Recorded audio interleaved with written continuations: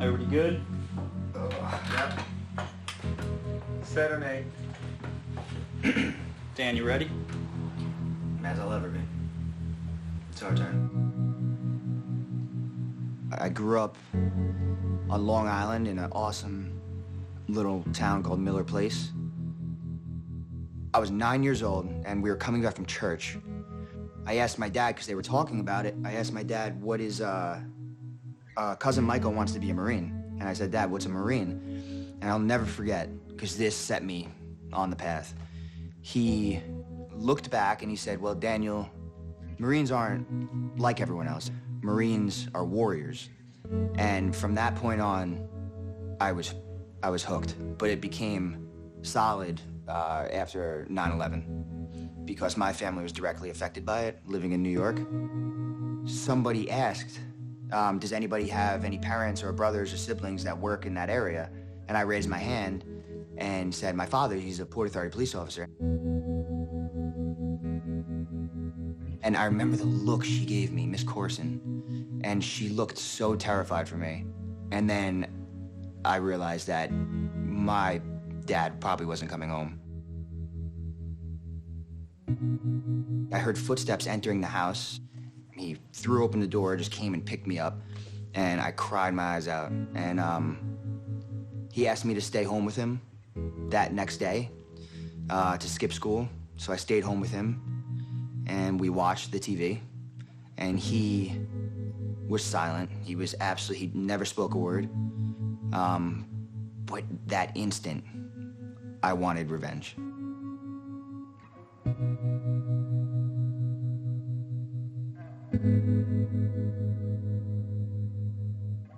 I grew up in Calgary, wearing my dad's uniforms and playing military and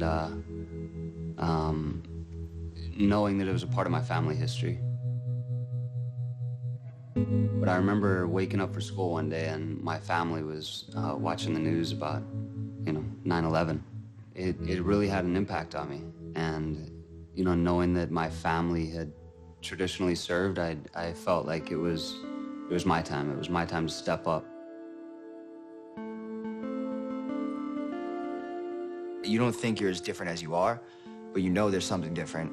And I was terrified to see my family. I was terrified to be in normal society again. You get off the bus, you literally land straight from Afghanistan in the States, see your family, and then you're back in country. You can't turn that off. I was still in Afghanistan for months.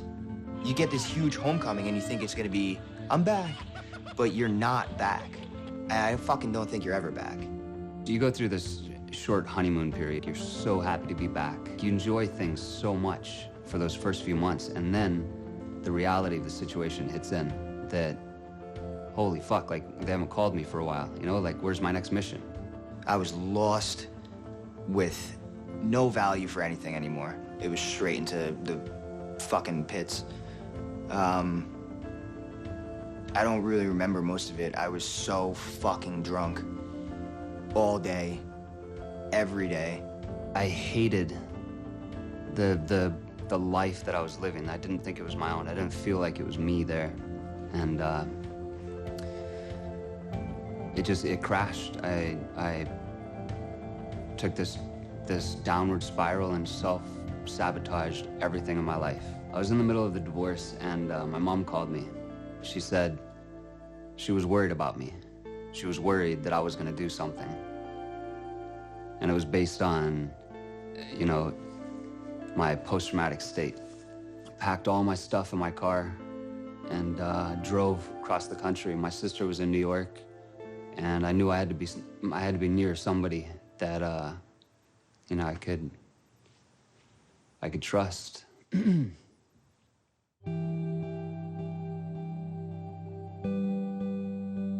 I was living with Doc in Manhattan, which was the biggest blessing, meeting him. Finding him in that moment,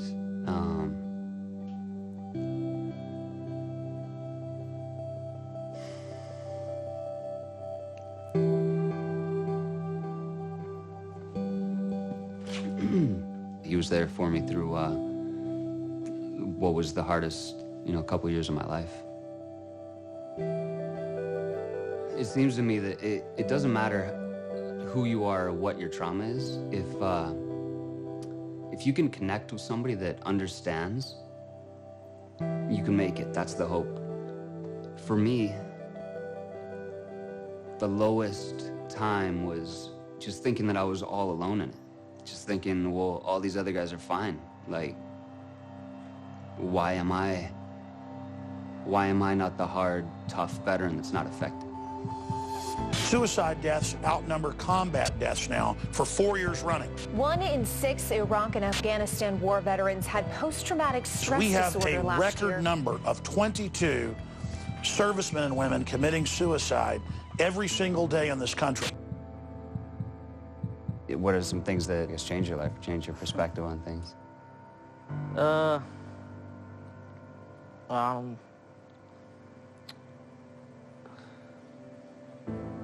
The whole deployment.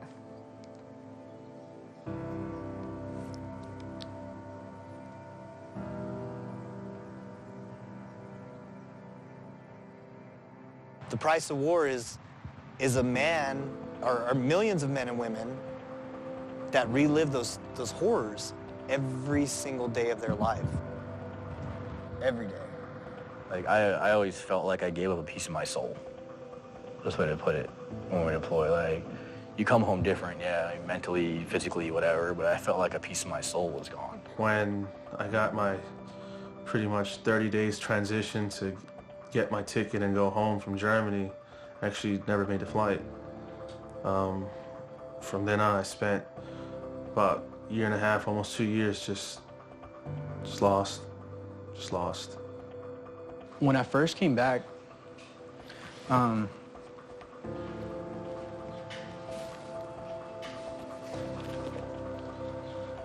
it's kind of hard talking about it because I've never really shared it with, like, really anybody. Everything that I was in my whole career, my whole path, everything that I wanted to do, it was stripped away from me. You know, I bounced around trying to find where I belong, where do I fit? And without the Corps, I felt like nothing. And I've lived all over the country, and I went to AA for a year, went to church for a year, gone all these places looking, someone's got the answer, someone's got the answer. If you don't have somebody that you can talk to where they actually understand you on the same emotional level, it's lost in translation. So you step back and you kind of crawl into yourself and you start to die. Mistakes I made in combat are my mistakes. They're my burden to fucking bear. You know, no one else's, they're mine. And I can talk about it all goddamn day long. I'm not gonna change what the fuck happened. It's hard, you know, feel isolated. Pretty much feel like nobody else understands or nobody else gets it. I was making a bunch of money. I owned a home. I was engaged. And I was fucking miserable. I was working 712s, giving my money away, getting drunk every day after work, hated my life. Whatever shit we all did in combat changed our outlook on life. I know that for a fact. I know you guys say the same. You look at everyday life differently. Like, if you could take a look into my mind and see what I've seen for 15 seconds, you would understand. I kept having dreams that I was back in Afghanistan, and every time I had a dream, I would lose one of my friends. I've been told a lot what was wrong with my head and what was wrong with my brain. But then it stopped there. Other than, hey, try these pills. If these don't work, come back 3 months and we'll change it up. I was sick of eating pills, man. I mean, there was one point where I was taking 45, 50 pills 3 times a day. I was over that. I was done. The doctors didn't seem to listen. They just rather give you a prescription than actually fix your problems. You're supposed to wean off a lot of that stuff because it kind of hits you pretty hard. And I started going off the deep end a little bit. I started hearing things, started seeing things. I stopped showering, I stopped shaving. I wasn't leaving my apartment. I was in a bad state of mind. They put me in a mental institution on base, saying that I had borderline personality disorder, but they put me on medications for PTSD. We've lost a few guys since we've been home, ODing, a few other random events. Still we're not sure if it was suicide or not, or accident. I drove to this bar, and I got something to eat and a drink, and I had my mental breakdown in the corner of a bar in San Antonio, Texas. And I had this breakdown, man. And it was, I realized that I did not care if I lived or died. I never would have thought that he would have done something like that, you know? But I know a lot of people frowned on, you know, someone, you know, committing suicide, but I know how he felt. If I sat here and told you that I was never had thought about suicide, I'd be lying to your face. And I mean, it was just one of those things that, you know, you think about. Would it be easier if I wasn't here? Well, yeah. And I was just over it. And I said, you know, I'm tired of this. I should have died in Iraq. I'm pissed at God that I didn't die in Iraq, so I'm just gonna go ahead and kill myself. I didn't want to be weak. I wanted to live up to the awards, to the rank, to the name, to the persona of being a hero, and I attempted suicide. I just, I don't know, I just,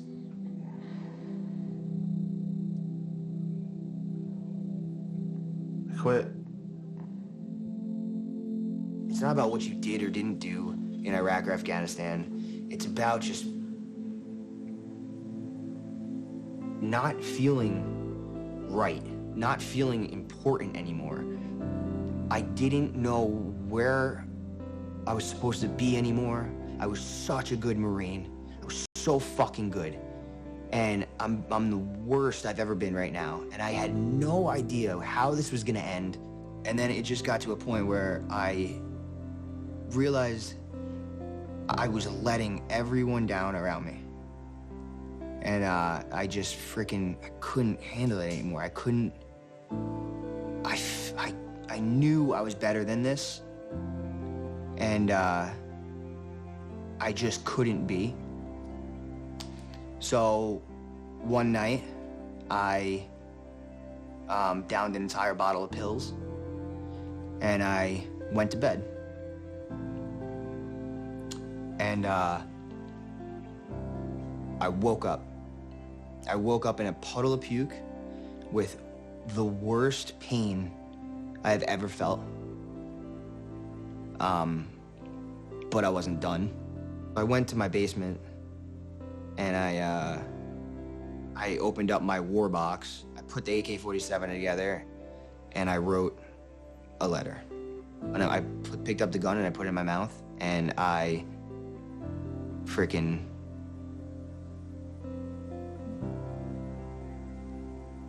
hesitated. Dan texted me one night, you know, told me a little bit about some of the stuff he was going through at the time. And so I just said, you know, I'm on my way and I'll see you tomorrow. When he visited, I was probably, I don't think I was anything he's ever seen before. I was fighting him. I had no fucking clue what to do when I got there, and he acted like he didn't want me there. I didn't recognize him. And I don't know, I'm glad, I don't know why, but I'm glad I made the decision to stick around and sort of, you know, wait it out a bit. It doesn't take a hero, or it doesn't take a Superman to like be there for a friend. You don't have to know what to say.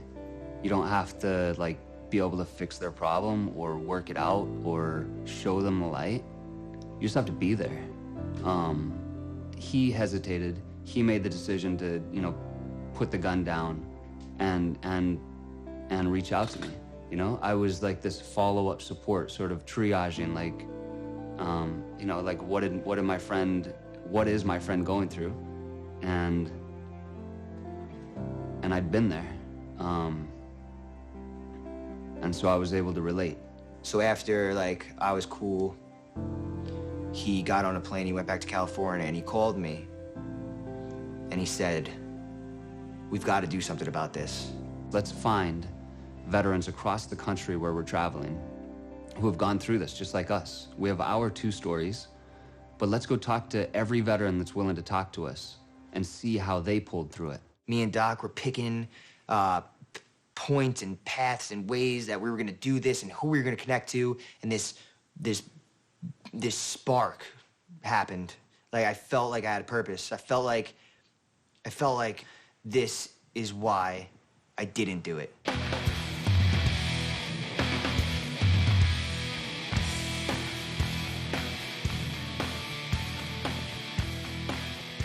Within a month, my Manhattan apartment was packed, and I was driving cross-country to begin a new mission with my best friend. Losing 22 veterans a day to suicide, the mission was as urgent as it was personal. Never having made a documentary, and with just enough money to get us on the road, we set off with a daunting 6,500 miles ahead of us. With a 4-man crew, we started the journey in San Francisco, where we had a sailing clinic to attend and a basement to crash in.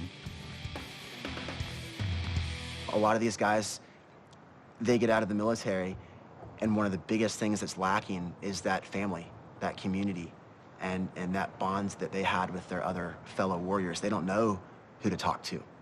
After having run 4 wounded veteran sailing clinics over the last 2 years, this has become so much a part of us that, again, my identity of sailor and writer is now becoming sailor and writer and guy that works in the nonprofit sector helping veterans. That identity, that recreation of a new identity, that growth, that evolution, that healing process, that's ongoing. Walt and I may be throwing these clinics, you know, for these veterans. I'm still healing through this. Walt was a peacetime soldier. Military had an impact on him. His healing is continual. I decided when I got out that I wasn't going to be Army guy anymore. That served me for a time. It served me very well, and it served a cause that I believed in, and it served a moment in my life very well. But it was time to check some other things out and let go of a lot of the other stuff and go. I found the ocean and getting out in the water and throwing myself willingly back into the food chain without a weapon was fucking profound, man. It's therapeutic every time you charge through that. I identify myself as a wounded Marine who had some cool adventures and then found my path, and I identify myself as a sailor and a writer. With this program, you know, it is a sailing program, but sailing is merely the catalyst that we use. I mean, this is a life experience program. When you immerse in something like this clinic, you're here. It's begun. So you guys learn the basics in 10 or 15 minutes, but you'll spend the rest of your life perfecting it. Yeah. When it comes down to it, vets have an uncanny ability to adapt to just about any situation. Holy shit. Daniel's sheeting in now, and now Daniel is gonna tail for me. I'm gonna grind it in. And Jordan, stop your turn, start aiming for the middle of the Bay Bridge again. Yeah. And now, Edgar, you're easing the main out now, okay? If you provide a very positive environment that is moving and fun and a good time, they know how to get into it. You know, in the clinic, we're doing, you know, nature hikes, we're doing meditative yoga, we're doing bluegrass music and art and all this cool stuff, but we're also just exposing these guys to the energy that is prevalent here in the Bay Area.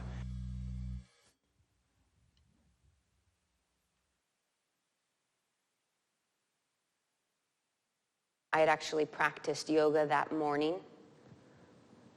and was feeling rather centered and calm. But as our taxi in the middle lane of the freeway stalled, and we were in the middle lane, meaning the cars on either side kept going, going, going. You can't just get out and walk across. I looked back. I saw there was a big 6-wheeler truck coming. The truck didn't have time to stop. The truck hit us. I survived with a broken back. He passed away. But it was like I knew where to go inside me to be present enough to not listen to the, but you already bought a wedding dress, but you're supposed to be married, but life is supposed to be a certain way, but this is the love of your life, and you just watch them die.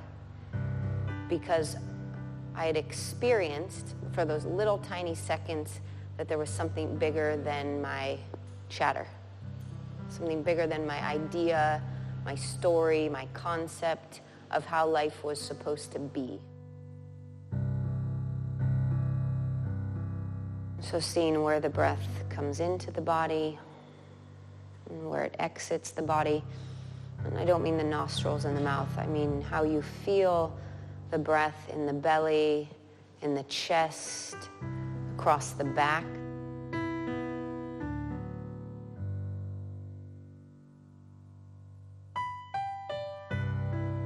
These things work, I promise. They sound almost too simple to be true, but it's that you have to commit to them over time. We're going to create a vibe, a whole experience that can hopefully relax all of the preconceived notions you would have had coming in or about anything else. I don't know, man. Sometimes flying blind is the most exciting way to go.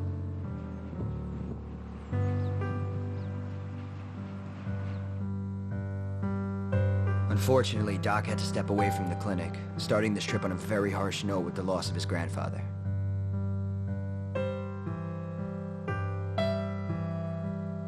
I grew up reading my grandpa's tattoos.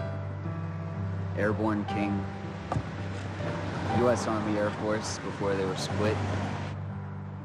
He was proud of his service. He wore his airborne wings and he had his 11th Airborne patch on his hat.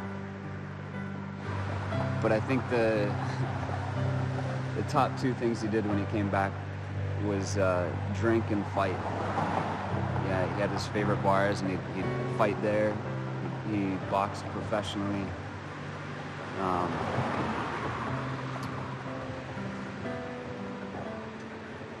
And I guess he never really had an understanding. The previous generations never had an understanding of exactly how they were affected. I guess a big part of this trip for me is personally speaking out and along with the veterans that we're interviewing and start a trend. I remained in San Francisco, where we continued with an introduction to pottery and the benefits of art therapy for post-traumatic stress.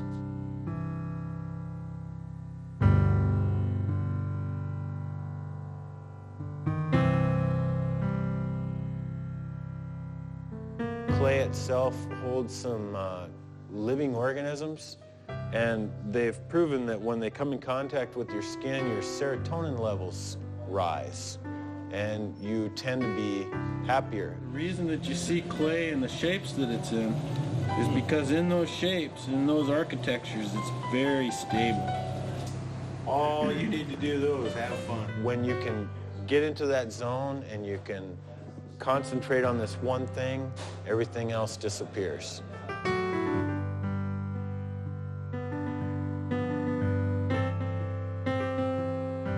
There's a path. There's a successful, happy, prosperous, conducive path, in front of all these guys. They just need to be able to find that path. You guys run the show, man. That's it. We're just kind of guiding it. In my mind, the biggest goal is to show these veterans that they can do whatever they want to do in their life.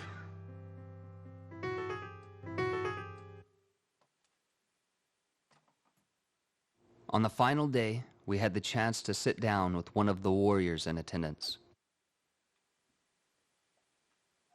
I'm one of those little adrenaline seekers kids, so I was always the first one to jump off the fence or off the building into the pool. I was the first kid. I was always, that kid. So the attraction to the military, that sense of danger was very alluring to me. So it was inevitable.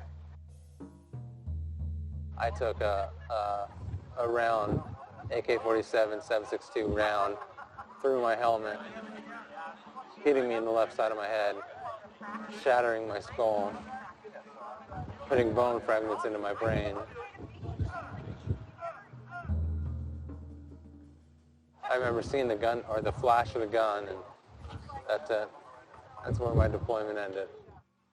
The next thing I remember was waking up in Bethesda, Maryland, the hospital. when I tried to push myself off the bed and my arm wouldn't move. I didn't know what happened yet.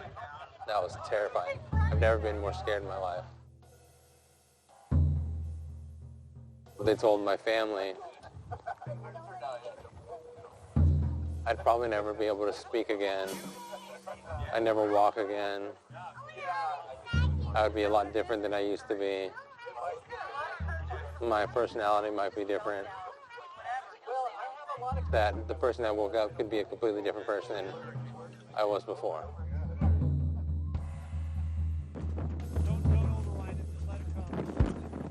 I wish I could say, in 4 or 5 years, I'll be, back to normal, doing everything I used to do, being my old self again. But with my type of injury, that's an unknown.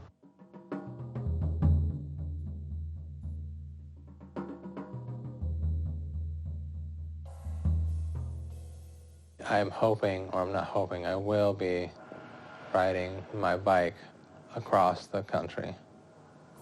Pedal bike. I'm going to pedal bicycle. I'm going to pedal all the way from San Francisco to DC. I was told I'd never walk again.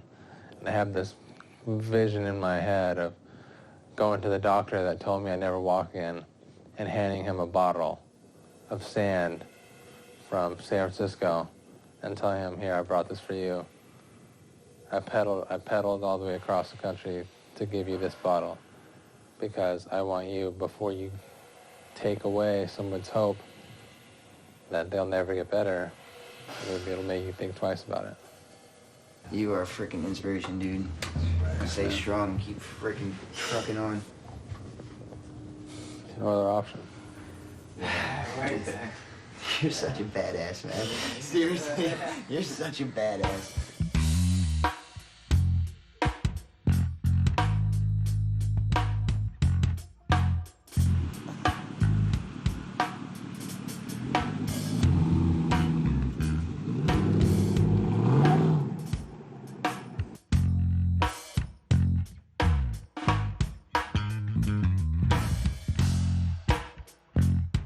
After wrapping up 4 days of camaraderie and exposure to new experiences, we were honored to have one more interview. This time with Paul Cox, Marine infantryman turned engineer and activist. I've been back to Vietnam 3 times since 2008, and I never wanted to go back to Vietnam. I mean, I left some ghosts there that are still wandering around in those jungles and in those rice paddies, and I don't particularly want to confront them, or did not. When I first got out, I couldn't concentrate, I was angry, I was drinking too much, getting in bar fights, and, driving too fast, and getting in trouble with the cops. Really had a pretty dysfunctional period. Going back and deciding that those bastards owed me that GI Bill, and deciding that I was going to get what I could out of that, put me into school, and that forced me to concentrate and sort of put that other shit behind me a little bit. And that was good. That was really very, very healing for me. But I always really have this core feeling really bad about the Vietnam War. Started out as doing peer counseling, rap groups, and just talking through what had hit us. And that was a real important move for a lot of us. Still feel like I have responsibility for my own actions in Vietnam and what I did do and what I didn't do. This work with Agent Orange issues at least gives me the hope of doing something to repair some of that damage. That has been tremendously healing for me. I also feel like I'm doing something as much as I can in my little way to fix it, to mitigate it, not make it go away, not make it not have happened, but at least to pay attention to my own soul. So many veterans I know, younger, older, they had a number of relationships. They all ended badly, and it really puts people on the skids. I had a few myself. I'm a lucky man, though. I've got a wonderful family now, and that's luck, and that's not. It's because I've got a woman that stuck with me through a lot of shit, and that's really cool.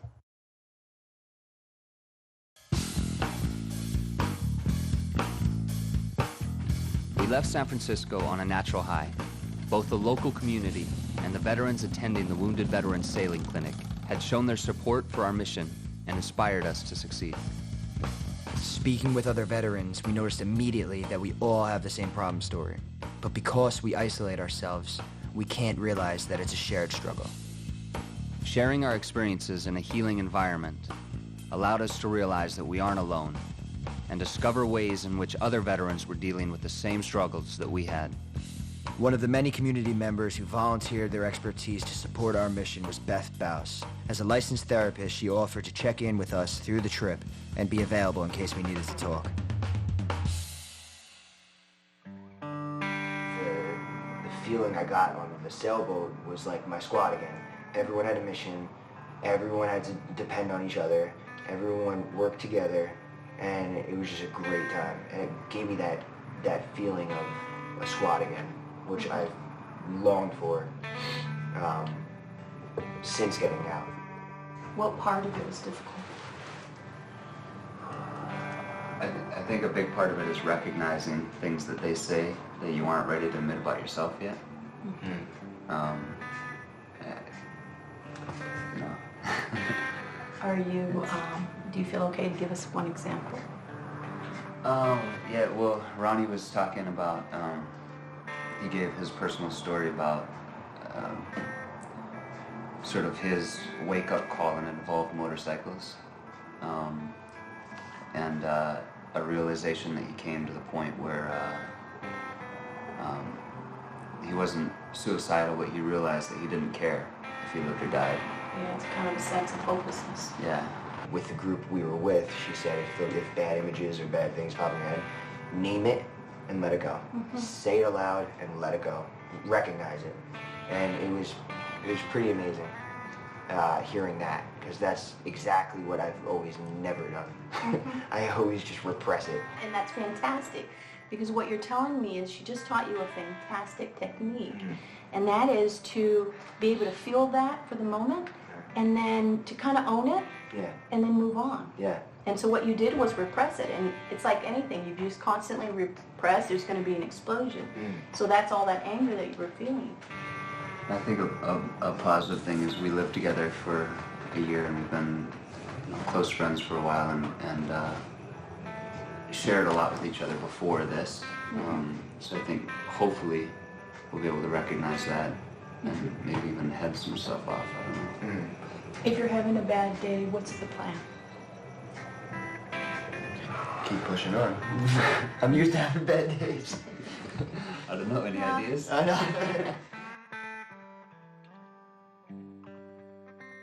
Feeling like we had a good start on filming content for prevention, we woke up the next morning and rode to Glendale, excited for our first awareness ride.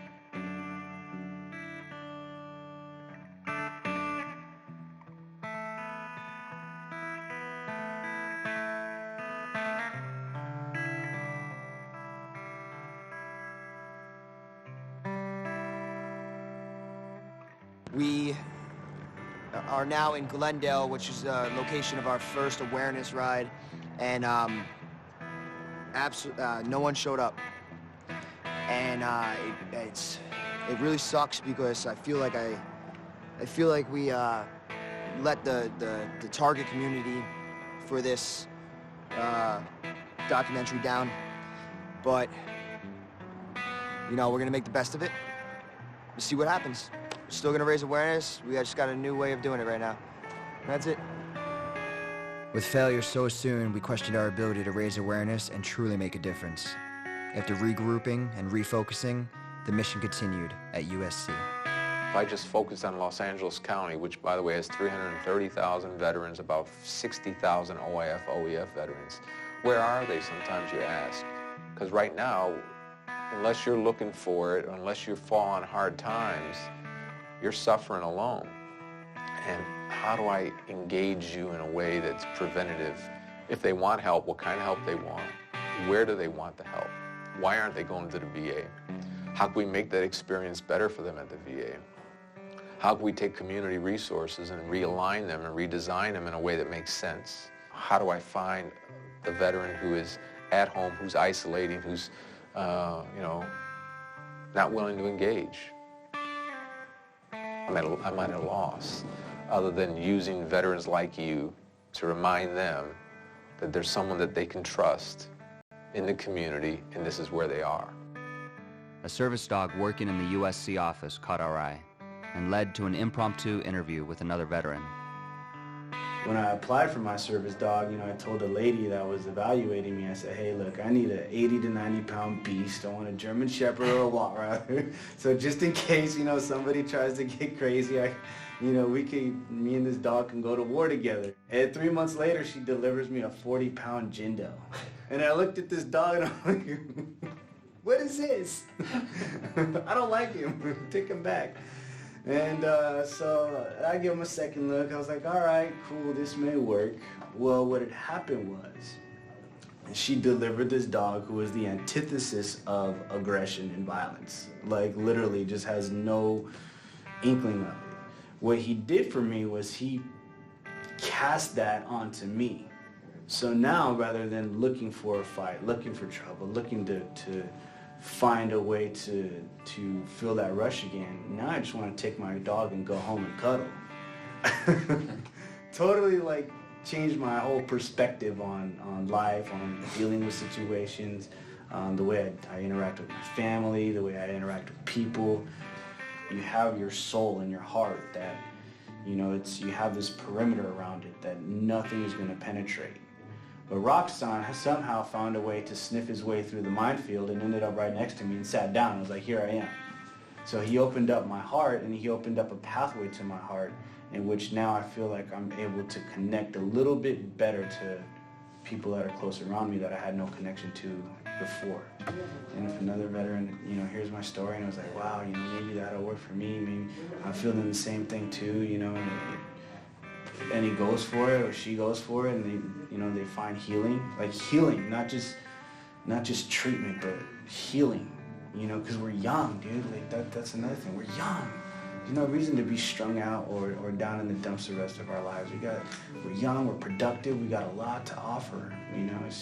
It's finding that outlet. It's figuring out what's going to work for you so that you can maximize your potential here. So we got a lot.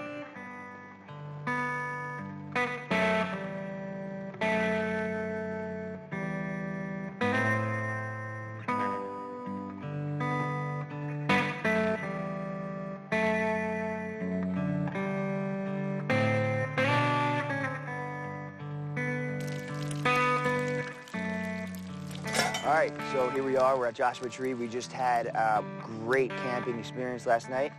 But now we hit the open road, we're heading east. We're going to New Mexico, and it's going to be a 9-hour day. Route 66. Yeah, Route 66, the infamous Route 66. My first time.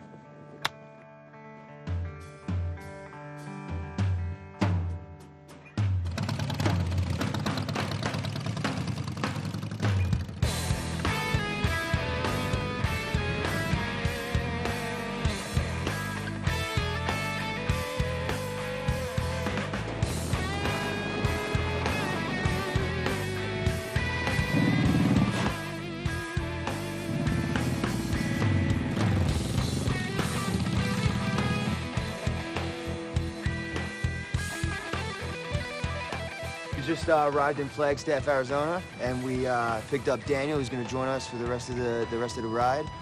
And he has a blog called Life Between Handlebars, also a former Marine. I got hooked up with these guys on Facebook, saw what they were doing, loved the shit out of it, and so I hopped on my bike, packed up my stuff, and I'm tagging along. Oh yeah, man. Welcome aboard. Appreciate it.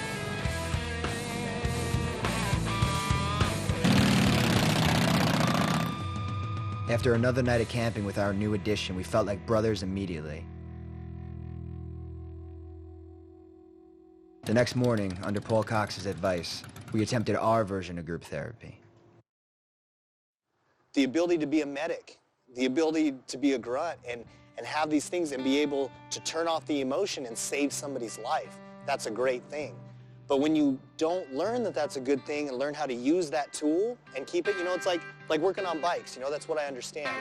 If I get a wrench and I come out and I start, trying to diagnose my electric system with a crescent wrench, it's not gonna work.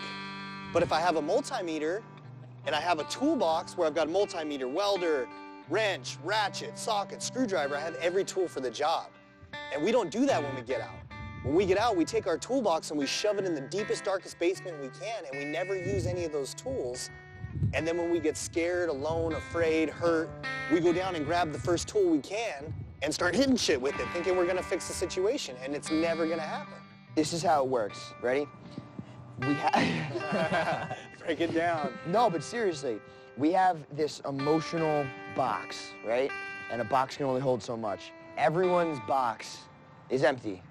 Wait, like you spill your guts, your box is empty. You go to a therapist, your box is empty. Our boxes are always half full already, and we can't get rid of that. The piece will never let go. So then, like, we speak to each other, we get a little off our chest, and our box goes back to 3/4, not empty. So then, something goes wrong at work, and we come home, our box is full. Make the fucking bed! Like, and then we explode.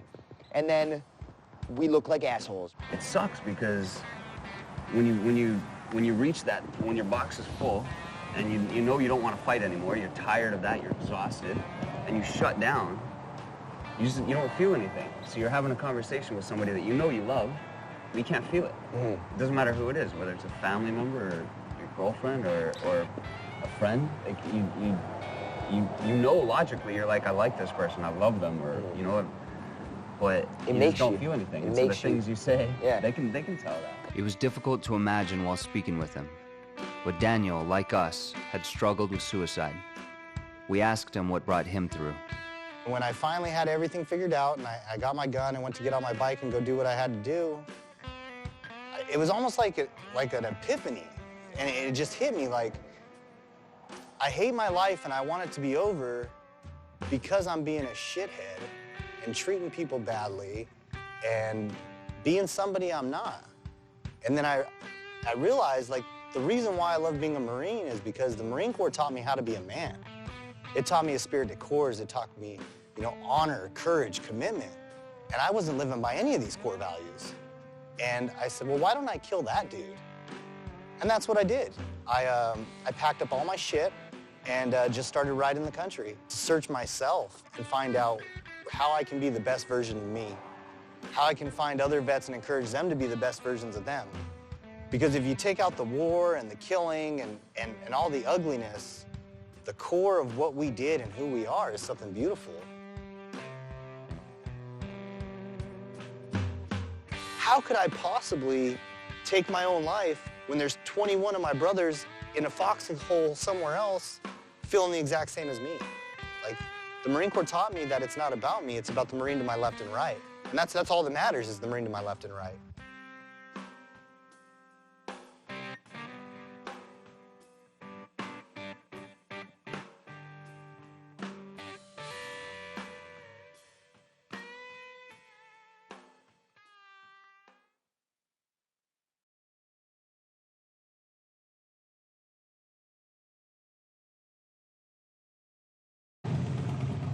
We arrived at Katie Keaty's house, who found us through Veterans of Film and Television and offered us shelter for the night.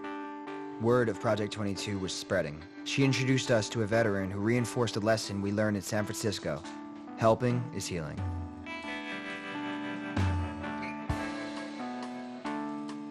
So you were E7 in the Army and then came out and now you're a successful franchise owner. What was that transition like?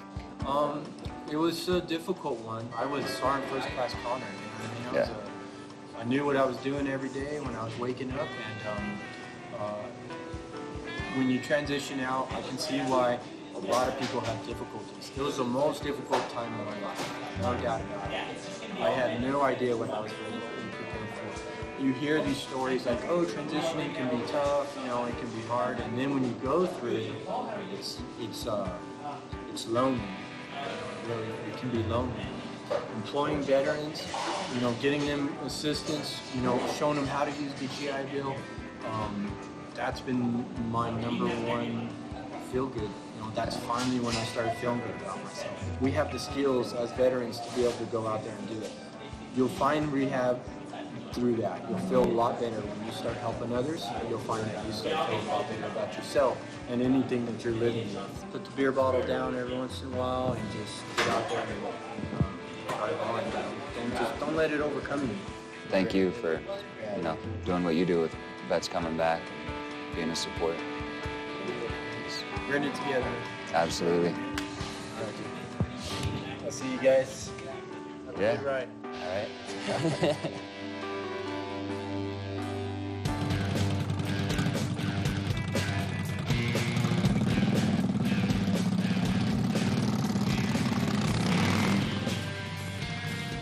On the road to our second awareness ride in Amarillo, Texas, we couldn't help but think of our LA failure. It seemed raising awareness was harder than it sounded. Fortunately, Texas was about to teach us a lesson in community support. So what do you think the answer is to reducing the number? I think bringing your community back together, I think, is huge. Bringing the veteran community back together. And I think just reaching out. What do you hope to accomplish with this? My absolute dream would be if some veteran is isolated at home in his house, doesn't know what to do, doesn't think that he can go on, and he sees our documentary. I hope that he can connect with, he or she can connect with one of the things that we sort of explore in it. Personally, I've had some rough moments, and I know Doc has too. We've had rough moments together as well. And it's also healing for us to know that we're helping, to know that we're gonna potentially make a difference. This is huge for our souls too. If we can save one veteran from taking his own life, that would, I mean, this entire trip is worth that.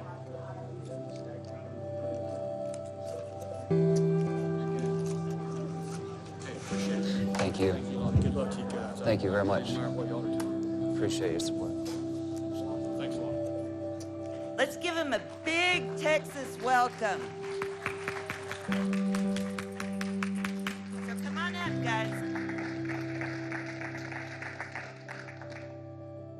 You know, we're trying to raise awareness via this cross-country motorcycle documentary trip, but it's not just about awareness. It's prevention. We're trying to prevent. And we have to show these veterans what's out there for them, that people like you are out there for them and always will be. I know personally, absolutely, that the hardest part about my 7 years, 4 deployments was my transition home. And I think it's because no matter how long you are in the service, from day one, whether you do 2 years, 4 years, 10 years, they're changing you the entire time. And if you're one of the lucky ones that, comes back from war, and it's time to get home, time to get out, they give you a week's class and then send you on your way. And they don't change you back. And even more so on top of that is the people that you shared the most intimate and life-altering moments with in combat situations, the people that probably know you better than your family themselves, just, they're gone too. And the isolation begins. Science has proven that you can live approximately 72 hours without water, 3 weeks without food, and spiritually we've proven only a few moments without hope. We can't let our veterans lose their hope. And that's what we're doing. Thank you to the veterans here for your service. It's an honor to ride with you. It's an honor to be called your brother and to call you brother. There's no better feeling when you're surrounded by warriors that you'd give your life for, and you know they do the same. And it's amazing to have your support, and it's very much appreciated. And the hospitality. I was raised by a Texan mom, so I expect nothing less.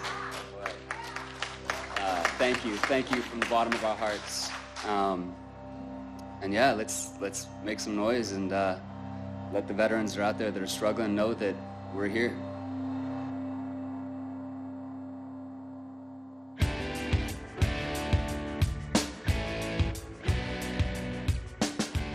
Finally, with the support of our brothers and sisters, as well as the Amarillo community, we felt like we were raising awareness and making a difference.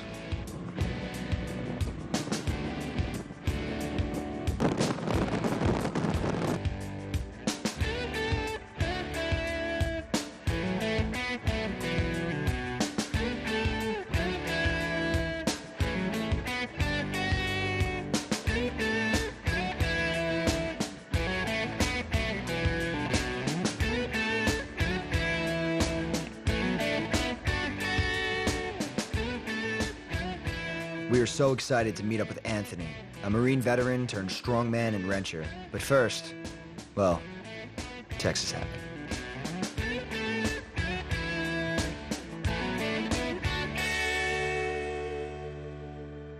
Well, here we are in Texas still.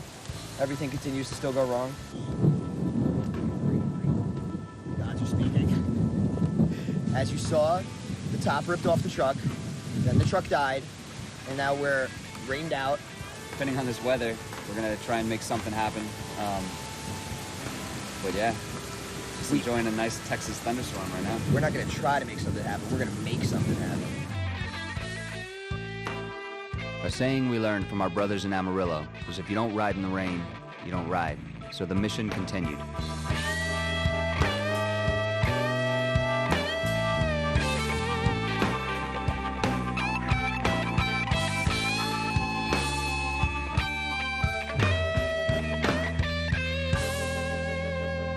The 17 represents 17 guys killed in our battalion, which I have up here on in my chest too. This one is my the dog I had when I was in Afghanistan.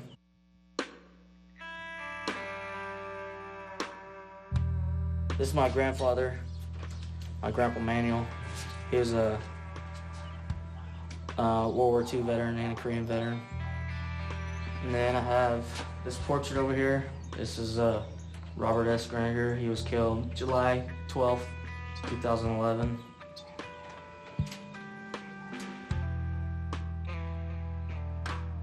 It's hard to adjust back to civilian life.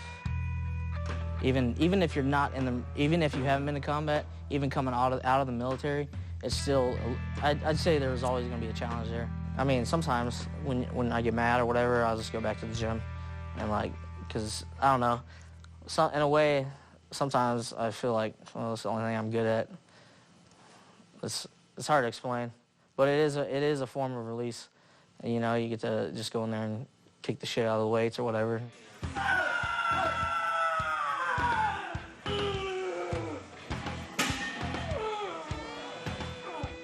I already had a plan on what I wanted to do before I got out of the Marine Corps. I was like, man, I want to build motorcycles, custom motorcycles. And then when I got out of the Marine Corps, it's just like I had the opportunity to try it out, I guess you could say. I mean, I don't ever plan anything out. I just kind of look at it and I just start piecing it together in my head. It's a tedious process, but I mean, in the end, it's rewarding. When you're done with it and you're riding it down the street, you're just like, oh, that's so awesome. That's the best. Anthony's story drove home what we have been discovering from the beginning. We, as veterans, have the skill sets and abilities to accomplish anything we put our minds to. Back in Dallas on a sunnier day, we headed to the Center for Brain Health to learn the science behind some of the challenges we face and what they are doing to combat post-traumatic stress and depression. We do a great job of preparing veterans for the military. Really hundreds of hours. We do a terrible job of training them for the transition. It was good to get back home. Even though I still felt kind of like an alien in my own hometown, and it kind of felt weird. I just had to reestablish new norms, and because I learned the hard way that I had to adapt to my environment, and my environment wasn't going to adapt to me. Saddest thing is, I forgot once I got back how to be a son to my mother, how to talk to her like a son should talk to his mother, or how to be a brother to my sister and brothers, how to talk to them as a sibling. There's something biologically in the brain that happens, that the area of the brain for memory, for a specific memory, and the emotion that goes with that memory misfires and stays misfired. I mean, everybody's different. So you got to figure out where in this thing is not working right, and what can I do to affect it selectively without a lot of side effects. People still feel like brain injury is permanent, that your brain can't work around itself, which is wrong. Being at the center of brain health, I finally realized that I am a normal person. You know, is that if my brain was not having those reactions, then it would not be normal. You know what I mean? But my brain was designed, if I'm put into a situation that I have no experience for, it's going to chemically change. When memory is disassociated from feeling states that we have, the memory will keep revisiting us until it's integrated with the rage, the guilt, the horror. The science and the research is there. It's not based on theory. It's based on factual data that, hey man, this works. TMS is what has what's called a transient effect. The brain stimulation only lasts for, the effect only lasts for 50 minutes to an hour. My experience with Perino's death that I wouldn't talk to anybody about, it kind of changes the circuitry to where you're open to talk about it for, you know, for about an hour's worth or however long your dosage is. We've been doing really well in reducing the symptoms of PTSD and depression, and hopefully lowering our dropout rate and getting guys to the real markers, not numbers, but you getting your job back, you getting your life back together with your family and friends. Just like if you tear an ACL and you don't do surgery, I can teach you how to strengthen the muscles around it so you can walk very strong again. The brain's the same way, even more. It's so powerful. So this place taught me how the brain wants to operate and gave me the tools to make it so. And so I became the mechanic and the driver of my own mind and my own brain. The things that I learned here, I incorporated that with rehabbing my body. So now I'm rehabbing my brain, and here at the Center for Brain Health, we don't say that you're a patient and you're getting treatment, you're getting training. With that brain power I've learned here, how can I transfer the strategic thinking to make it at the same level of contribution in civilian life? And we need it. We need them to realize that. At the end of the day, no matter what we do to the physiology, people still have to make meaning of the experiences that they've had. I started my sessions in the PTSD. Tina Bass was my counselor, and I was very reserved. I didn't really want to open up, you know, talk about the intimacy in my life, talk about my experience. She told me in the beginning, she's like, Keisha, I'm going to mentally break you down, but I'm going to build you back up. You know, if you want to overcome this, I can't do it for you. You have to do it yourself. Now, this place taught me that I didn't need to act as if I were a victim, because I'm not. You know, we're victors, all of us. If you wore the uniform and you're here and you're breathing, you're a victor. Congratulations, you made it. You know, do good with that. And my wife always asked me, what do you want to do in the hospital? We weren't husband and wife then, but she would always ask me, what do you want to do? So I just want to help people. You know, and here I get that ability. I get to tell warriors, hey, it's okay to say that, you know, you're not all right up there. It's all right. Doesn't make you any less of a friggin' warrior. You know, how was Ramadi and Fallujah and Heat and all those places taken? Were you gonna do it alone? That's right. Well, the mind's kind of the same animal. I got sick and tired of everybody telling me that I couldn't do something. Then when I was exiting the military, they're like, hey, look, you've got traumatic brain injury, you've got post-traumatic stress, you've got all these injuries that are debilitating, you're probably just gonna be a trade craftsman or something. You know, that told me, man, who the fuck are you to tell me what the hell I'm gonna be? I still kind of get emotional about it today, but no child, no siblings should ever, you know, hear their parents say, I'm finally happy to have the child I raised back. You know what I mean? So that at that moment was like, you know what, this place is legit. This is a place that I can go tell other individuals, hey, if you have something going on, you should come here. Yeah, they've made me a better husband and a better daddy, and it was free. You know, and you can't put a price on that. And they give me the ability to be able to communicate with my brothers and sisters in arms who would otherwise avoid a place like this, like the plague. You know, it's not easy getting guys like us in a place called the Center for Brain Health. It's just not. So, because we have a pretty gnarly stigma that we're fighting, you know, and the media doesn't help. So, I'm here now, and we're changing lives one day at a time. And at the end of the day, around here is one team, one fight, just like the military. For me, knowing that we have a way to help veterans and not being able to get to all 2.5 million, that's my goal. I want them to come and realize how incredibly brilliant they are if we can just get them there. It doesn't matter, TBI, PTSD, no injury at all, whatever. You're just a veteran walking through the door, and anything and everything is achievable. They're not going to say that you can't. That four-letter word never came out of anybody's mouth in this place. The methods and research provided at the Center for Brain Health were incredible.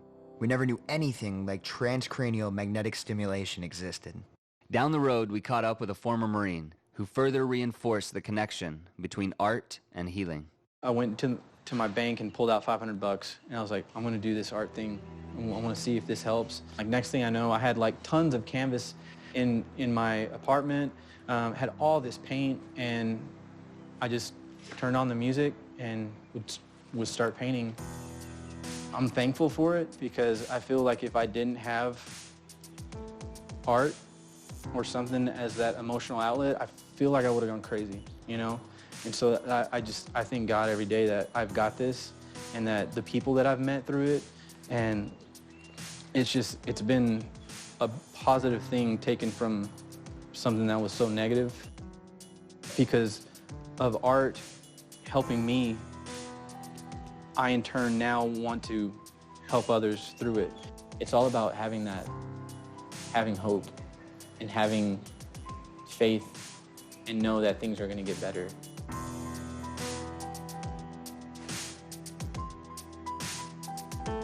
I know if there was ever a veteran that came to me wanting to learn how to paint or whatever it was art-wise, my door would be open to them to help them in any way possible. And that's what I hope with Warrior Art, that I can help to inspire fellow veterans that if they think art is their thing, by all means, like, go to your art store and pick up the paint and see what happens.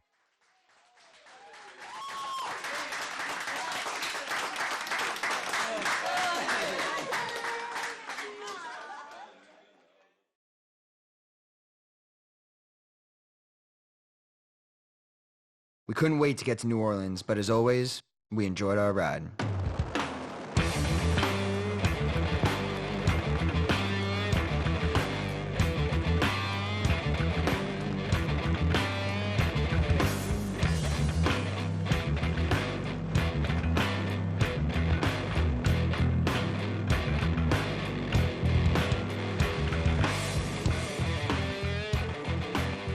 The last-minute invite had us ditching our Harleys for a ride of a different kind.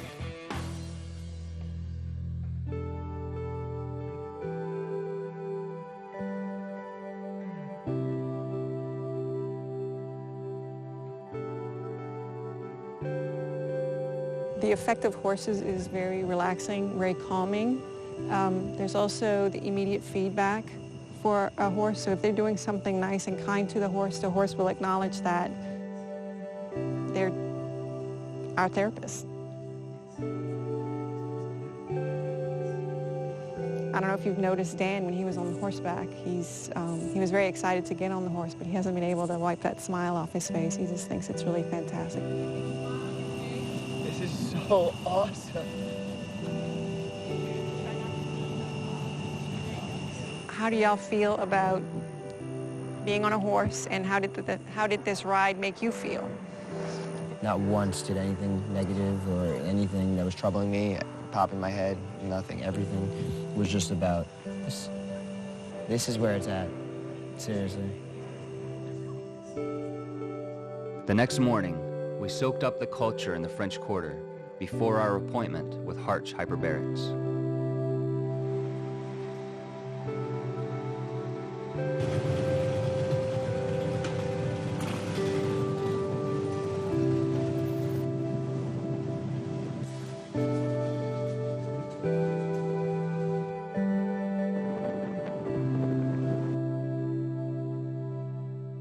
This is a treatment for wounds in any location in the body and of any duration. It's a biological therapy that stimulates growth and repair by causing genes in our DNA to elaborate growth and repair hormones.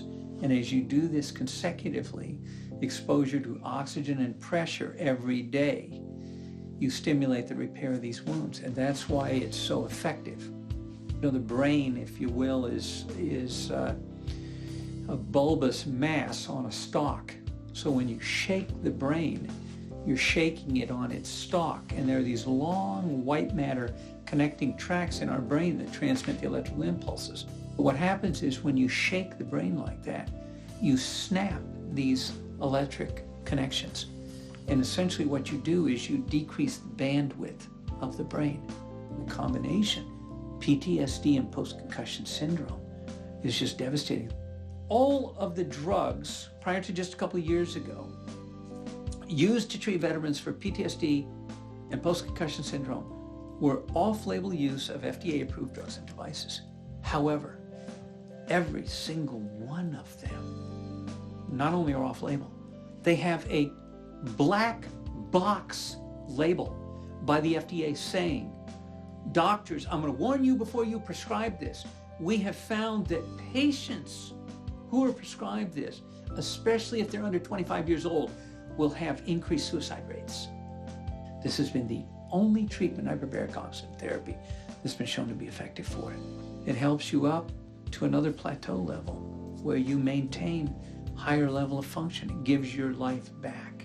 That's what it does. And there are very few people who don't respond to it. Part of all of this is that validation and support that everyone depends on when they're injured is gone. And you've been made to feel like you're worthless, you're a faker, you're a malingerer, everybody's just looking for disability. None of the reasons you went in the military for, you know? And it's devastating. But there is hope. There's more than hope. There is treatment.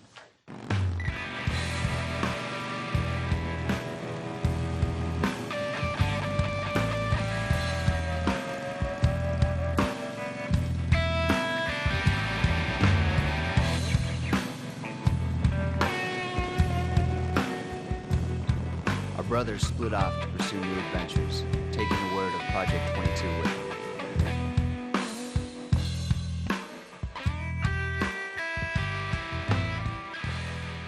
The entire time I've been in the military and out of the military, all the doctors and everyone's been saying is, even the VA, when I went to go get help for my TBI and everything, is that it's not only not going to get better, but it's going to get worse.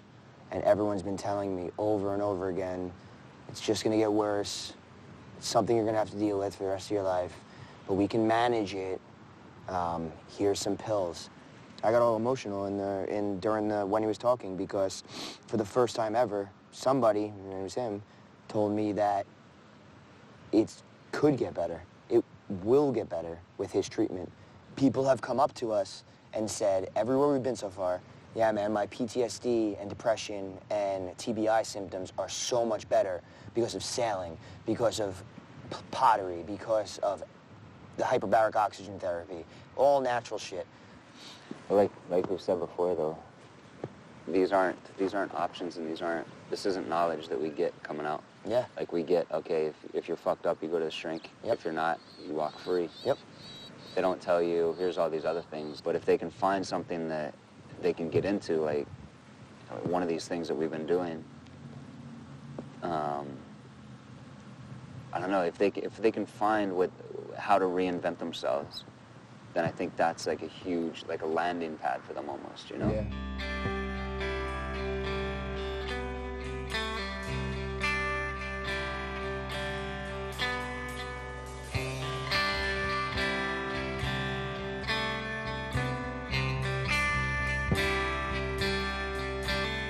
In Panama City Beach, Florida, we interviewed Linda Cope, who runs Warrior Beach Retreat, a program focused on wounded veterans with an emphasis on their caretakers.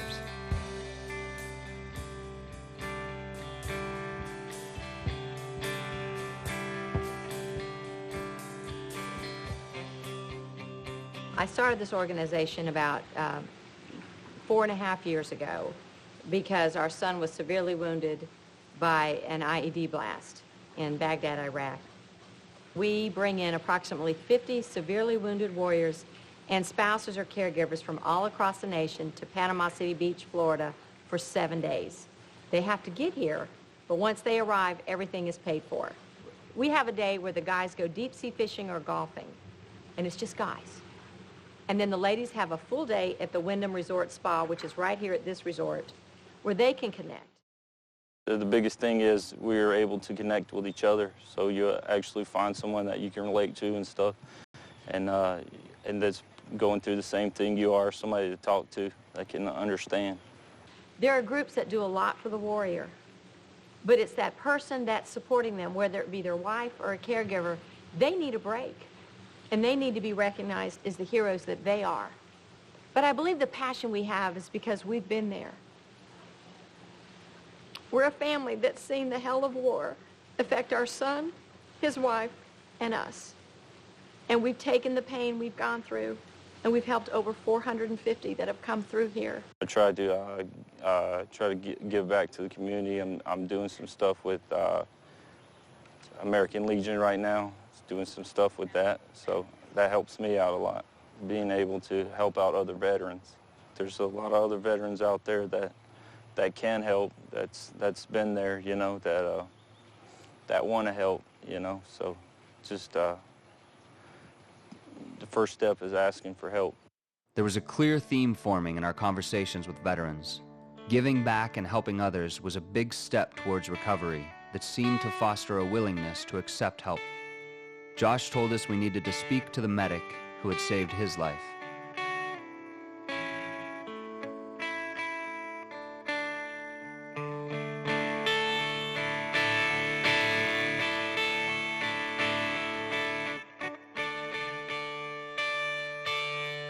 The outlook that we're given is we have a broader view on things. If you're willing to open your mind to it, open your mind to what you saw, open your mind to what you did, take it for all it's worth, not just the bad, but for the good too. You know, and if we took it and rolled with it, then the potential is limitless. And what helped me was bringing it down to the basics of appreciating the little things in life. And going from that, like, I try and keep myself grounded with that. And whenever I feel myself getting pissed off or stupid shit, I try and remember those little things and how appreciative I am of those little things and how much those little things mean. When I got my first contract and I was making decent money and I was stateside, if I had a long weekend, I would just get in my car and see where I'd end up in a day, you know? And I would stay there for a day, then turn around and drive back. And it was good, I guess. I mean, I got to see parts of the country I hadn't seen before. I got to see things, meet people I hadn't met before. You have to put yourself in the situation for better. And a lot of guys need to actively do that.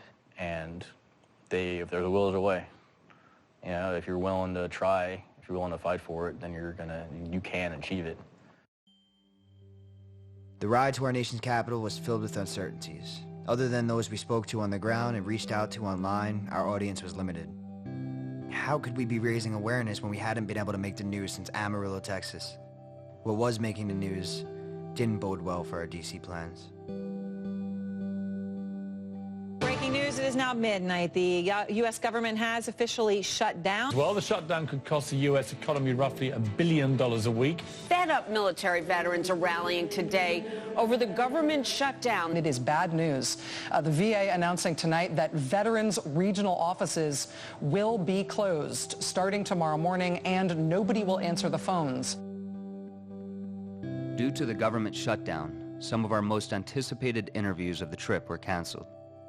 After riding 5,000 miles and reaching our nation's capital, we felt helpless. We were 19 days into our trip. That meant over 400 veterans had committed suicide already.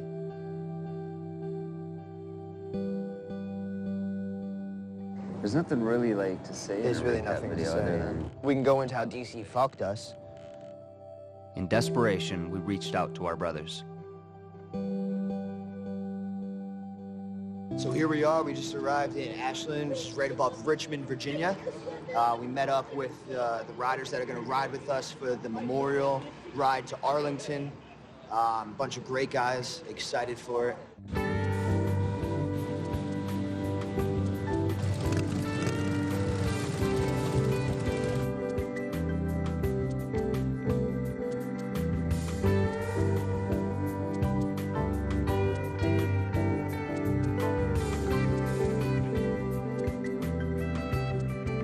We rode to Arlington and paid our respects, humbled by the most emotional awareness ride yet. Having the support of our brothers during the lowest time of the trip meant the world to us. We got a call from Theo Collins, who I served with in Afghanistan, asking us to stop by Pittsburgh, explaining how his community had come together in support of Project 22.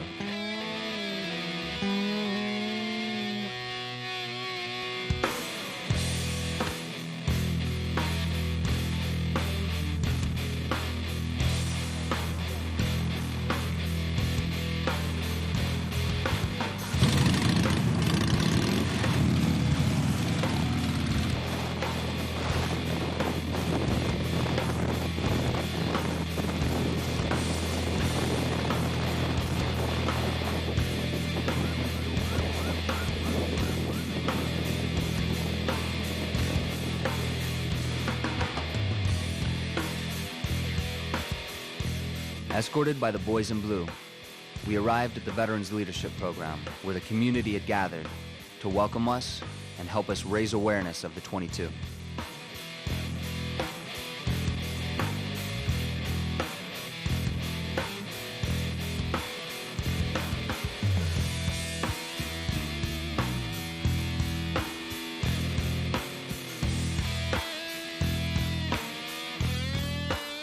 After an amazing reception, we jumped right into the schedule that Theo had created for us, first sitting down with a Vietnam veteran with 4 Super Bowl rings. To all who know of his unique accomplishments, Rocky Bleier is both a legend and an inspiration. As we were preparing for our 12th game, I can remember it very distinctly.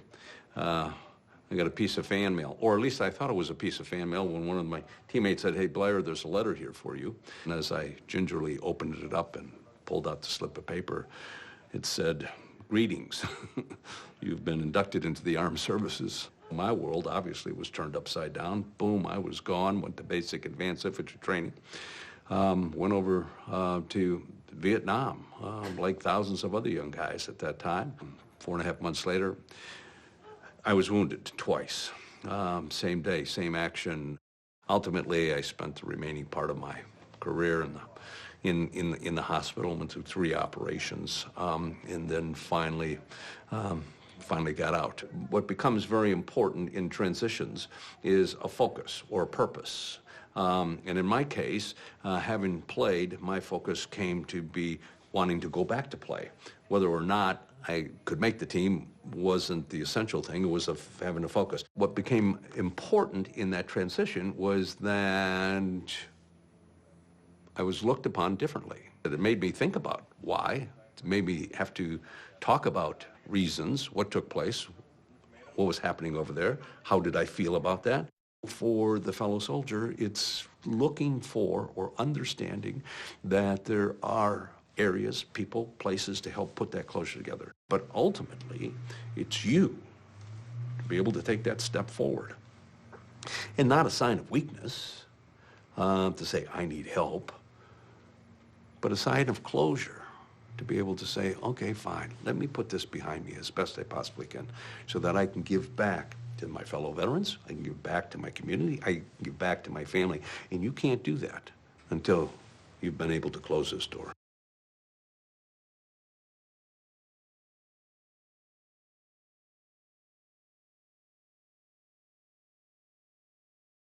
Also at the reception was a former Marine turned artist. I didn't know I needed help. I didn't know. I thought I was just a little angry, you know, and I didn't know all these things until I came to the Veterans Leadership Program and I heard about this PTSD. You know, I just thought that I was just a wrong-wired, loose cannon, you know, and then I found out that I'm not the only one like this. And it's great to know that, and there's relief in that in itself.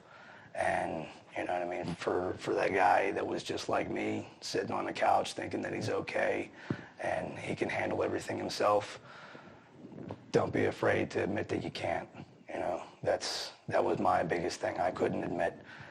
It took me a long time, and I did, and I've had the happiest 3 years ever since admitting that I needed that help, and I took those steps to get that help, and I have a hell of a veterans family now to thank for it, and they are my support system. They are my rock, and you know, these veterans at the Veterans Leadership Program have shown me that no veteran gets left behind. Once you go here, once you go seek that help, it's crossing that LOD, but in a different way. You're not going after danger. You're going after love. You're going after caring. You're going after a foundation. You're going after a family. You're going after what you need to be, to function, and to feel whole again, or as close to it as possible. And they gave me the tools and the resources to build a foundation and to find outlets. I put my focus and energy into my art, and I make these little carvings of dwarves and kind of describe how I feel, you know what I mean? And that is how I deal with things, instead of going out and being nuts and just letting loose and letting that bloodthirst get to me. I put it into a little character that in my mind just takes me into a whole nother realm and lets him, you know, I like live vicariously through these stories, you know what I mean? And it makes it a lot easier for me to move on. But for me, just being able to see my daughter is, you know what I mean, hope in itself. It shows me that there is life, there is hope, there is light, you know what I mean? She is what lights my world.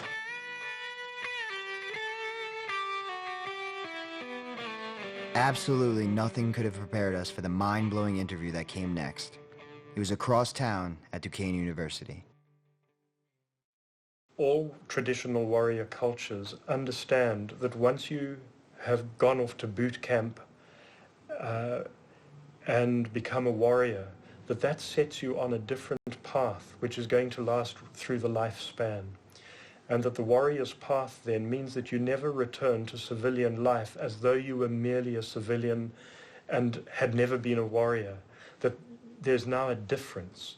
You're marked with a difference. You know this difference. And that's not a good thing or a bad thing. It's simply true. The Xhosa in South Africa call it the kaneni, which is this knowledge of this shadow that follows you around and never lets you forget what you've done. Combat trauma is sort of put in the same category as all the other forms of PTSD, from tsunamis or motor vehicle accidents and things like that.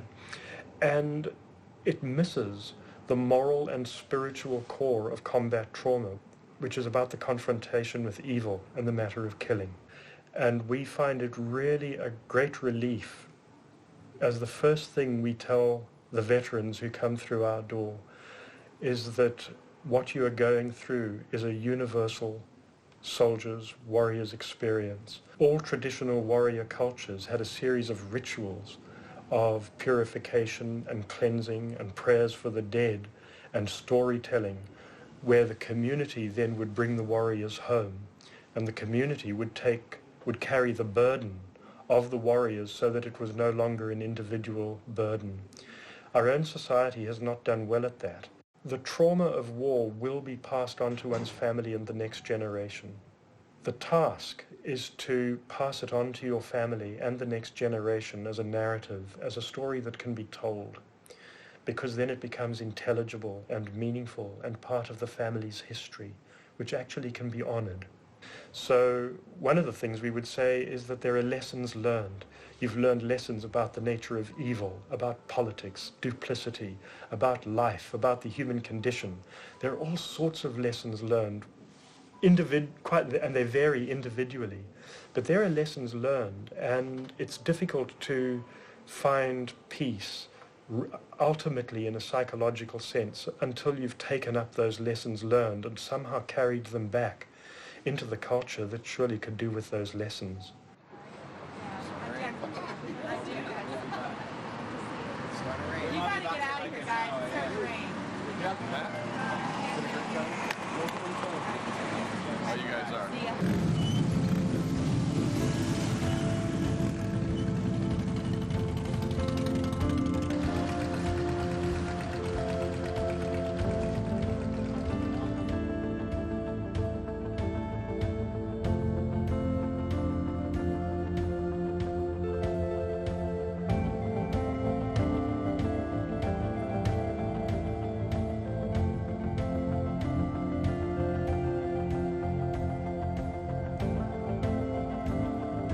We finally made it to New York City, and riding over those bridges after this grueling 6,500-mile journey was indescribable. I was home. I was back in the city where this all started for our generation's veterans, where it all started for me at just 16 years of age. We never knew our lives would be forever changed. We never knew the struggles we would face thereafter. But through this trip, I finally discovered we are not alone, and hope is everywhere. Tomorrow would be the big day, the conclusion to this epic mission, but for tonight, we finally reached my parents' house in that small town of Miller Place. We were greeted by my great friend and fellow veteran, Robert, who wanted to say some hopeful words. If you're out there and you're listening, nothing changed. Just because we don't have uniforms on, those relationships are still the same. I know when I took the uniform off, I forgot. I forgot how much we really cared about each other. I want to leave all that pain, everything that came packaged with the pain, put it away. You know what? We're all brothers. Don't kick yourself down if you haven't made that step to talk to someone or talk to another veteran. It's never too late. All right, so this is it. 22 days is up. We're leaving my parents' house right now. We slept here last night after getting in from Pittsburgh, and we are headed to the final awareness ride in New York City.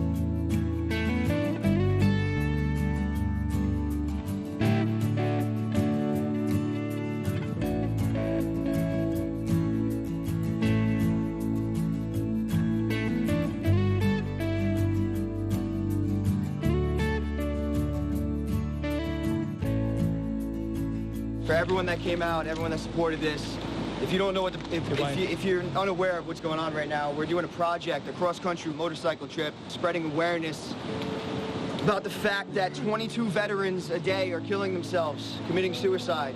That's one every 65th minute. And I mean, I know for it's a shame that I thought war was going to be the hardest part. But when I came home, I quickly realized that it's going to be hard for the rest of my life in this transitional period. transitional period still is the hardest part of it all. You know, I just want to say thank you. Thank you for helping us spread awareness. And now it's prevention. Now it's prevention, all right? Now we got to show these veterans what's out there for them, what they can do, what they can pull themselves back into their community, out from isolation, and start living rather than surviving, okay? Thank you so much, guys.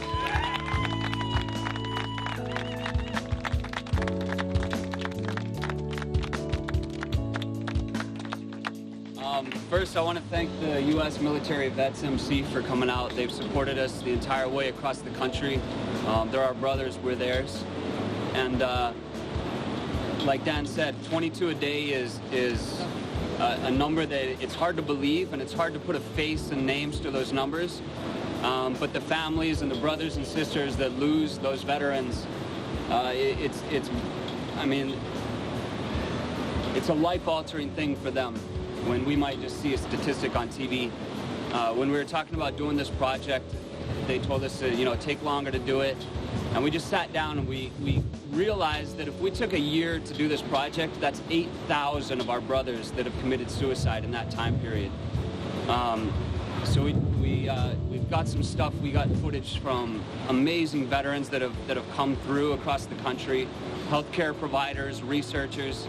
And it's information that's going to change veterans' lives and hopefully save some. And I just want to thank you all for your support. This was completely crowd-funded, donations from generous people. We stayed in people's houses across the country.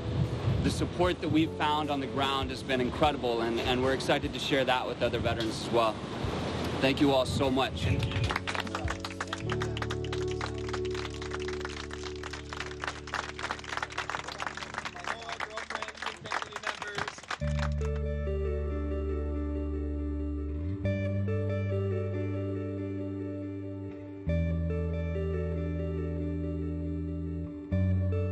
We completed the mission. We steadily saw the awareness raising throughout every single state, and we didn't think that it could get any better. And then we got a phone call from MSNBC to be on the national stage and talk about what we've done. Here with us now, co-founders and executive directors of Medicinal Missions, Daniel Egbert and Doc King. They're the filmmakers of Project 22, a documentary with a mission to raise awareness about suicides among veterans. And let's talk about the film, because that's you two on the motorcycles going across the country. What are you doing? What are you looking for? What are you hoping to share with the world?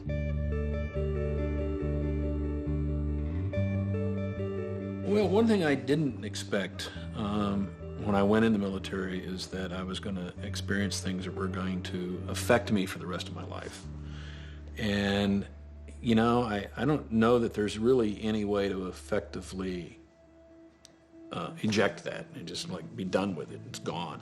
Maybe there is. Maybe some people do it, but I've not been able to do it. It's shaped my life ever since. It shapes it still. And so I mostly, you know, you just have to figure out a way to integrate that into who you are, you know, and so that you can feel good about yourself and you can feel good about what you've done and you can feel good about who you are. And to finally listen to your heart and step out of a box that just seems too confining is scary. But try it. You're not going to change unless you really want to. You know, you can't, you know, you can lead a horse to water, but you can't make him drink. You know, you're gonna need to have that want. And so as long as they have that want and you keep that hope and that faith that there's people out there that would give you the shirt off their back, I know I would. And know that you don't have to fight this fight by yourself. Just like we always said in the military, one team, one fight. 2 is 1, 1 is none. Don't be a statistic. Don't be a hard ass. Get the help. Be a brother or a sister to me, and I'll be a brother to you. Join my family.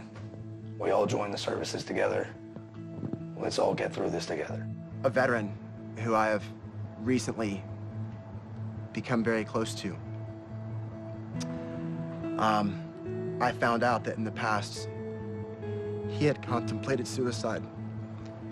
And he called one of his best friends, who was also a veteran, at 2 in the morning. And that best friend, that other veteran, he was on a plane the next day. And because of that guy's still here. And you know what? Somebody calls me, I'll give you my number. You call me at 2 a.m., I'll answer that phone call. That's why we're here.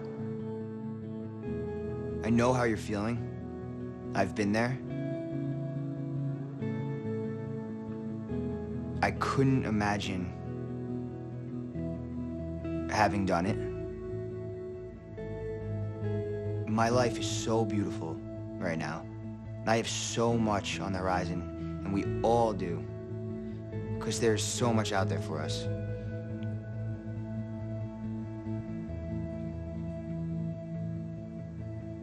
It might be overwhelming to see like everything we did with the sailing, and I know it's not always in people's means to be able to do that, especially with family and everything. But you have to seek out friends and family. You have to open up to them. You have to tell your story and make it something that they can understand rather than keep it to yourself. If anything, make a phone call, slow yourself down. It's not worth it. And I mean, if I didn't make the phone call, I wouldn't be here.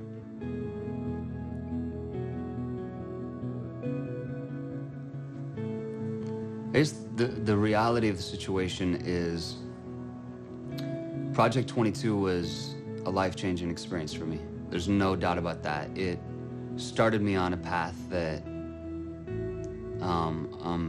I'm loving. But it wasn't, it overwhelmed me at first. When we got back, there was so many things that I had heard that, that re-exposed my own stuff. And even now, I don't do yoga every day. I don't do meditation. Like, I haven't been implementing all these things that we've been learning. But what I realize now is you don't have to. You don't, it's the intent behind them. It's the motivation behind them. It's finding your own thing. It's finding your own way. But you don't have to do all that to be safe. You don't have to do all that to start. All you have to do to start is just make the decision to. If you're isolated, if you're in that place that you recognize that all of us, you know, experience at one time or another, where you feel like you're alone and you start to get that apathetic feeling, just reach out, call somebody. Dude, call your family, call the guys you went over with, call somebody in your community, go out for coffee, make a phone call, just start. Because you don't have to be on a boat sailing to finally realize your healing, or you don't have to, you know, it doesn't have to be this grandiose thing. All you got to do is take one step. All you got to do is take one step towards your healing. And I guarantee you, if you step in that direction, make that phone call, you're going to pull through.